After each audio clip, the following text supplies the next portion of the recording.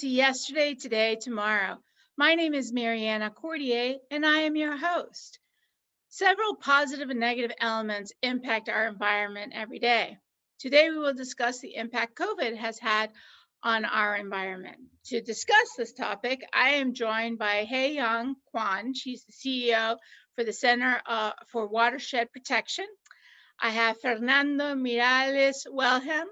He is with Dean of George Mason University, and Sako B. Wilson, Editor-in-Chief for the Environmental Justice publication, and Kurt Wilson, who's a student leader, director of the Student Association for Environmental Sustainability. So welcome all of you. I'm so glad to have you all.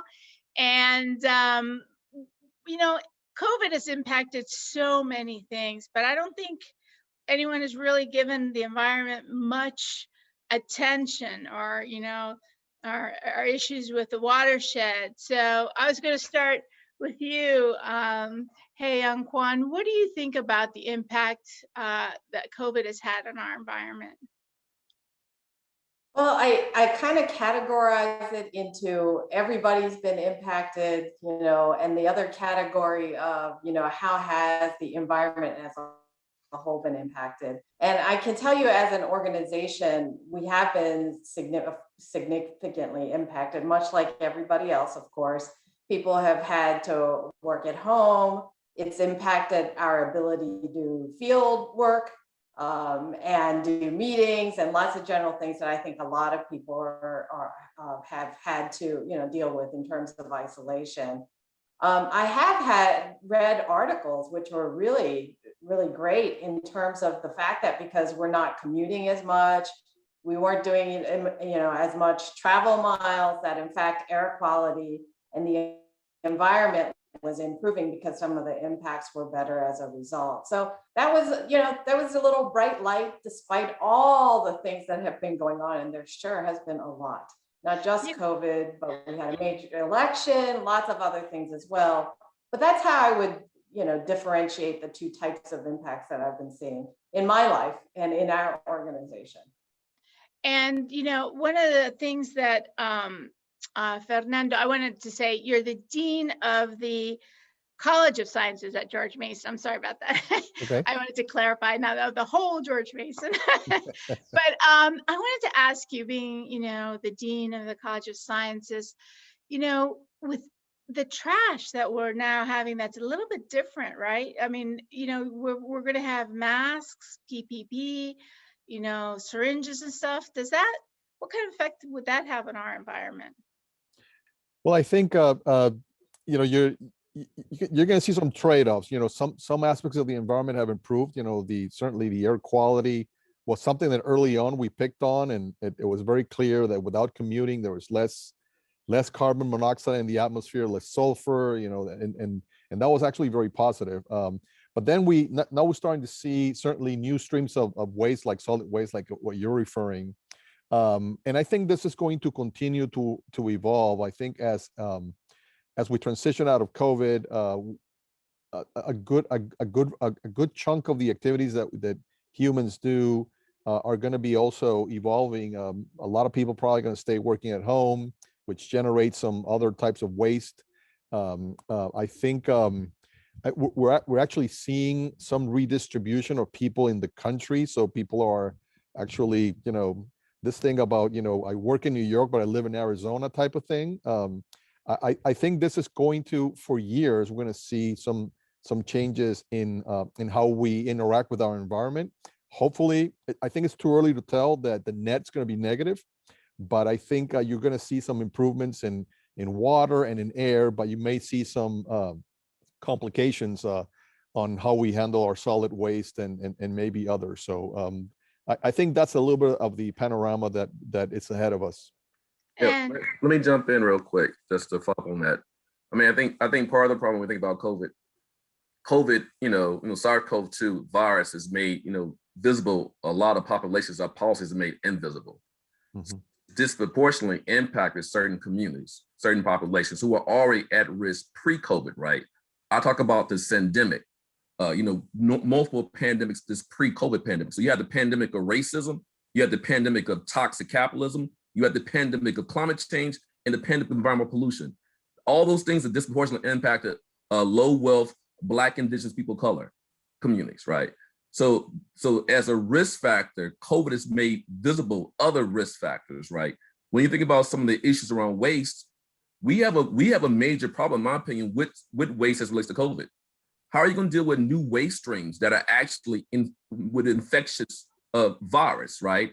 There's an issue that we've done a lot when it comes to thinking about overcoming the economic consequences of COVID, but we actually haven't talked about the waste, PPE, biological materials, crematoriums where people have died. We've seen people in storage units because so many bodies. What does that mean for folks who are impacted by landfills? What kind of waste is going to landfills? So is this waste hazardous waste? Where is it going? Are we incinerating this waste? One of the largest medical waste incinerators is in Baltimore, right? So for folks who live near incinerators, folks who live near landfills, the fact you're going to have this viral input, this new sort of biological stressor potentially impacting them, I think it's something we have to think about more than what we've done to this point. On the air quality side, I think, yes, you've seen improvements in air quality, but again, a lot of folks have been most impacted by COVID are people who live in the communities that have a lot of air pollution. So even though commuter traffic is going down, those industrial facilities are still in operation. Industrial pollution hasn't really gone down. So we've gotten a benefit on the commuter side. We still have those industrial impacts. So you think about you exposed to air pollution, your lung capacity is reduced, right? Your heart capacity reduced. So a virus like SARS-CoV-2 comes, like, oh, you are already unhealthy. Man, I can get you sick and make sure you die. I mean, I'm putting it in simple terms. So there's a lot of impacts when it comes to disparities that we have to think about right now and long-term from this virus. And not just the physical and natural environments, but also our social environments. How it's been impacting people who are already, overburdened and underserved prior to this pandemic. Well, one of the concerns that I had in the beginning, and maybe because I'm originally from Argentina, the perspective of the bodies, the unfortunate folks that succumbed to the COVID virus and died, to bury them or, depending on how I guess they are cremated, how much of that virus remains alive and starts permeating the environment, because most countries they would be incinerating in a way that it doesn't get back in the air. Would if any of you have any comment as to that?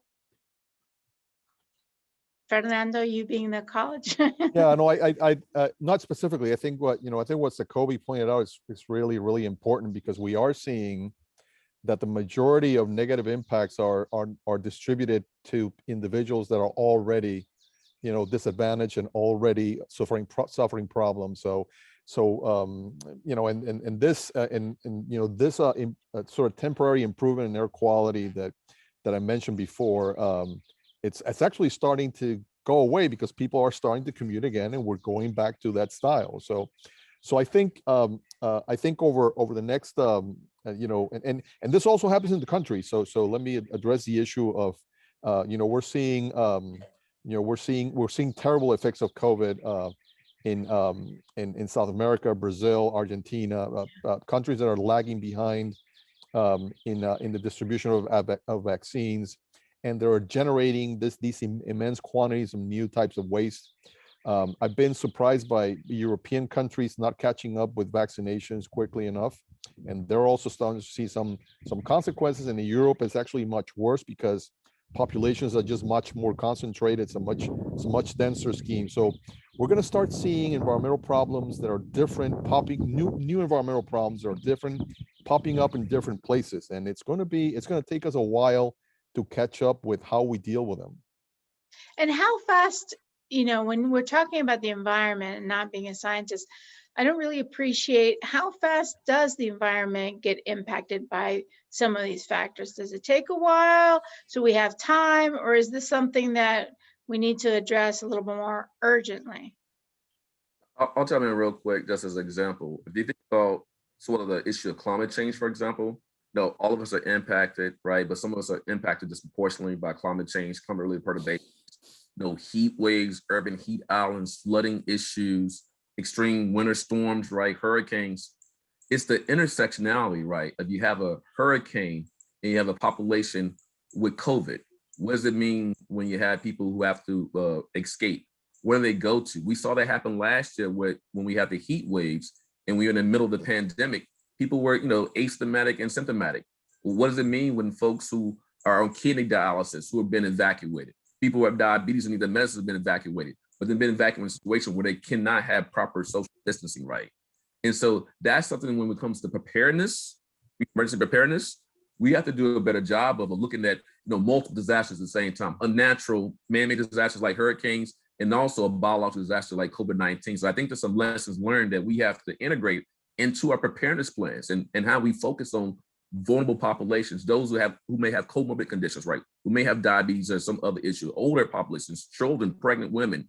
COVID has made clear that we are not prepared, right? And we have to do a better job of preparation for those populations. Gotcha. And Kurt, you're part of the student government and looking at sustainability. What is the focus that you guys as young folks inheriting our earth, how do you guys look at this? Well, I mean, I think there's two main ways to think about it. You could think of it as a doom and gloom scenario, where of course there are several disasters like Dr. Wilson was just describing.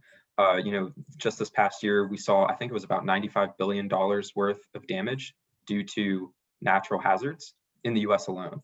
And that number is historic, and it's only going to get worse with more adverse effects from climate change. But I really try not to think of it as a doom and gloom scenario. And I try and look at all of the opportunities that are popping up, especially for students and young people like myself. And I take a lot of inspiration from my sustainability committee, because every week I can go in and talk with people who are my peers and of my age, and they all feel very, very strongly about carbon neutrality, reducing our carbon footprint, increasing environmental justice activism and whatnot. These are issues that are becoming very, very prevalent amongst young people, which gives me a lot of hope that in the future, and hopefully when we start getting into power like Congress and federal governments, not just in the US, but around the world, that we can create more change than that there has been in the past 20, 30 years. Gotcha. And Ms. Kwan, what about the watershed protection? What is that really for the audience that's not as familiar with the work that your organization does?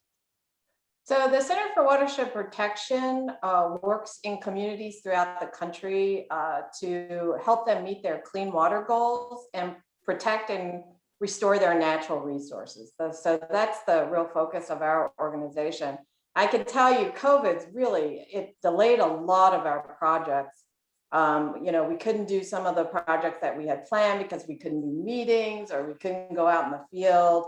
So it did do that sort of immediate thing. I do say, just to the larger issue of what the impacts are, I don't know that we know the full impact, short, long, midterm impacts, or more of the mid and long-term impacts.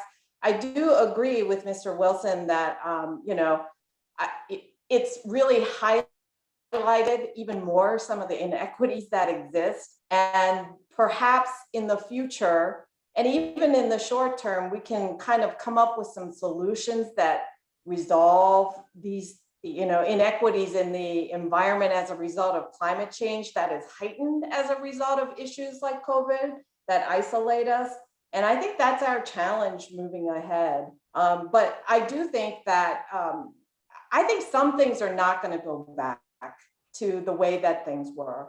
I think, for example, if you look at commutes, people are going to opt to work at home because now they know they really can, and it's something very viable. So it's almost like they get a couple of hours back, and I think that can have some long-term benefits in the environment as well. So I agree with Kurt. I think it's kind of a mixed bag. I do like to see, the brighter side of things, but I think we've got it cut out for us in terms of the work that we have to do on the equity side. I think the most striking thing out of seeing all this happen is how caught off guard the entire government, leadership, everybody. I mean, I don't think any of us really appreciated what a pandemic could do unless you're a fan of zombie movies. But, other than that, where was our preparedness? I think, and so my concern, and what I'd ask any of you to answer is, do you see any movement in the government and in the private sector of taking into consideration things to do in the future to address, any other kinds of, whether it's a biological or a natural climate emergency that might emerge? Yes, it really has sucked, and it still continues to suck, all of it. I mean, we've had to deal with so much at once. The one thing I will say, I think it is absolutely amazing that in a year's time, we have come up with several vaccinations that work. And I think it's, that record speed tells me that we can, in fact, respond, probably not quick enough for me. I wish it was even sooner, but I think it's an amazing feat that we have been able to accomplish to get this vaccination. Of course, I haven't gotten mine yet, and I'm last on the list, and happy to kind of give my place to other people. But, it really shows, I think, that we can work together to get things going if we have a mindset to do it, and that gives me a lot of hope as well. And what were you going to say, Sekwe? Oh yeah, I was going to just chime in. I mean, you think about the federal government, President Biden's executive order on climate change. I think it's going to be really impactful in this area. The Justice 40 plan to, get 40% of the benefits when it comes to climate proceeds to communities that are overburdened, underserved.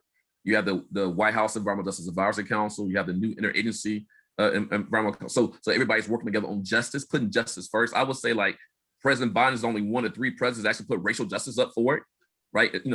Lincoln, LBJ, and President Biden. Seriously, racial justice. Why is it important for this discussion? Well, we talked about these inequities, right?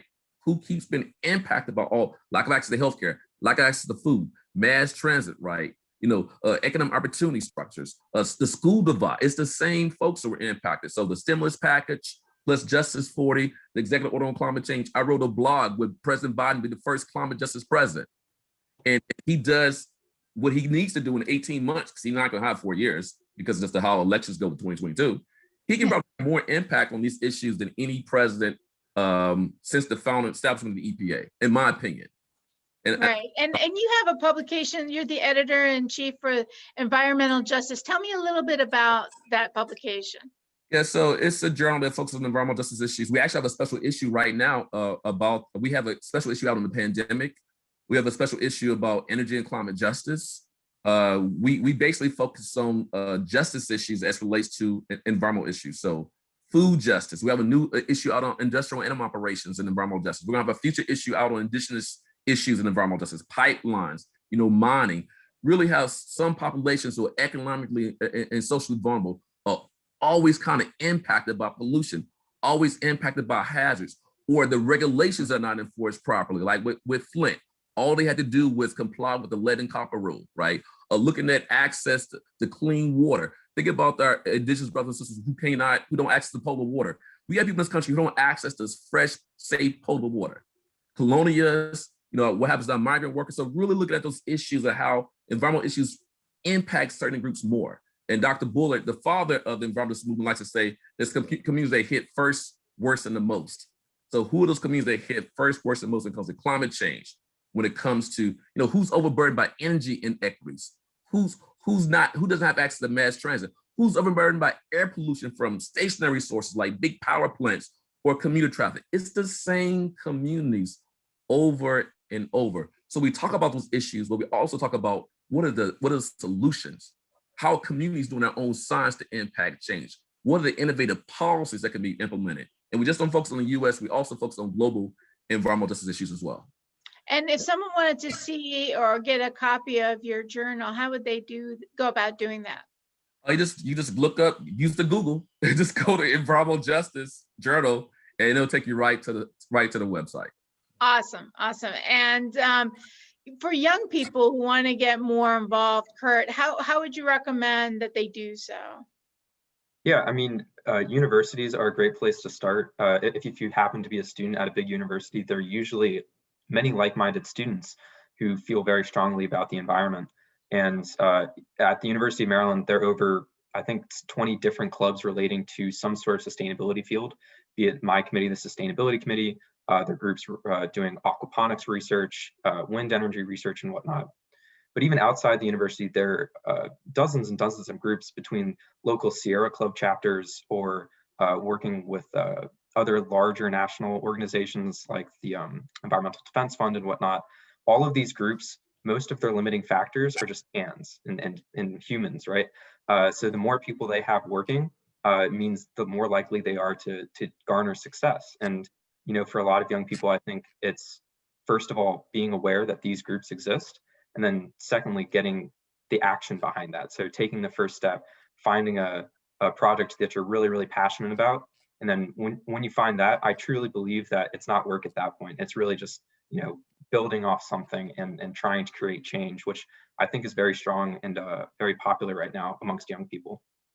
And just to jump in real quick, just to jump in. Yeah. My lab at the University of Maryland, Community Engagement Environmental Health Lab, SEEGE Lab, we have over 30 undergrad students who work in a lab on environmental justice projects. There's also a student group called 17 for Peace and Justice that does work on environmental justice on campus. Those two other resources for students. Yeah. And Fernando, Dean of the College of Sciences, tell me, what would you tell young people considering, you know, going to college and considering careers in environment? What's your recommendations, or what do you tell them? No, I think it's first of all, I think it's a fascinating field. I think the problems are going to continue to change. I think it will require a new workforce that's trained differently. The environmental problems that we have today are quite different than the ones we had when I was a student, 20, 30 years ago. I think one further aspect is that environmental problems are increasingly global. And I think this global mindset is going to be incredibly important. And this ties a little bit to your issue of leadership and that we were talking about before. I think COVID has offered us an opportunity to see how other countries do things. There have been countries that have been rather successful in containing COVID. I tell the story in 1986. So I was an undergraduate student. I did a semester abroad in Japan. And I was curious because when you would hop in the metro in Tokyo, you would see about half the people wearing masks. And the reason they wear masks is because if they're sick, they just don't want to, pass it on to someone else. This is nearly 40 years ago. So to me, it's, going back to the issue of leadership, it's been incredibly disappointing to see how the mask issue unfolded in this country with even top leadership today, going against it. So as a country, we have a lot to learn. I think the younger generations are very likely going to be much better at this than we have been, and I'm looking forward to that leadership. Quite honest, as a parent, as a faculty member, as a researcher, I'm actually very optimistic about future generations handling much better, because there's a lot we need to do in the future. And to build off that, there are multiple programs now, or excuse me, multiple universities that are offering undergraduate and graduate programs in sustainability, which is very heartwarming to see from my end. And I know that because I was trying to apply to a number of them as I am a graduating senior. But I think that's very, it shows the increased prevalence and the popularity that sustainability has, and what it can become if you have hundreds of undergrads and grad students being through these programs and trying to create sustainable change. And I think that's just awesome to see. And for real quick, just for those who may not know what sustainability means, what Kurt, is that really about? What is the? Yeah, I mean, I think the traditional definition is, using enough resources to maintain the standard of living today, while making sure that future generations can also have a good standard of living. So in essence, it's just making sure that we're being responsible, both in the resources that we use, but in how we treat the earth, right? Nature will continue with or without us, whether we like it or not. And it's up to us if we survive past 200, 300, 400 years from now. Yeah, whether we have the earth to pass on, or our children to inherit, as they say. Well, believe it or not, we have run out of time, and it goes so fast, and it's such a fascinating topic, particularly because I don't think many people have really thought about environment and COVID. But we have run out of time. Thank you to my guests for joining me, and the audience for watching. You can view us on YouTube or on Facebook. I'm Mariana Cordier. Until next time.